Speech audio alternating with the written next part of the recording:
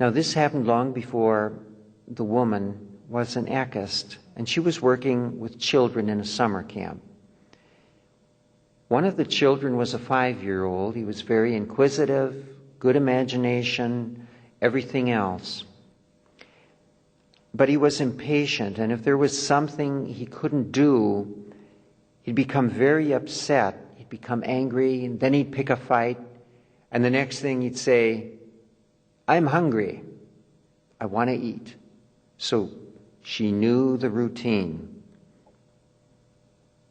He gets angry, he fights, he gets hungry.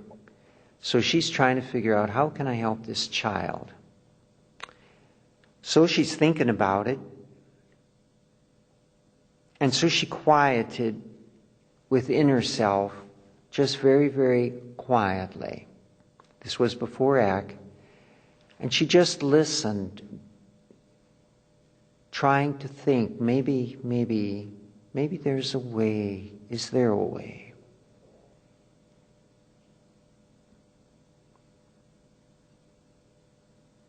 And then as she became still, she heard this very beautiful sound, and there seemed to be colors around this sound. Well, she couldn't explain it, but that's how it seemed. Now, this child seemed to have noticed something. He came up, put his ear to her heart, and said, "I hear a flute." And he began to shout. He said, "I hear a flute, and I could see colors, beautiful colors." Now, this child could see and hear what this woman could. But neither of them knew they were hearing and seeing the sound and light of Eck, or of the Holy Spirit.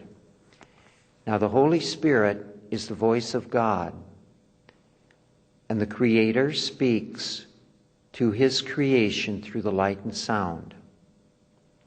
Yes, of course, at lower levels, this light and sound will manifest and come into a matrix, sometimes as a master, sometimes as an angel. Yes, that's so.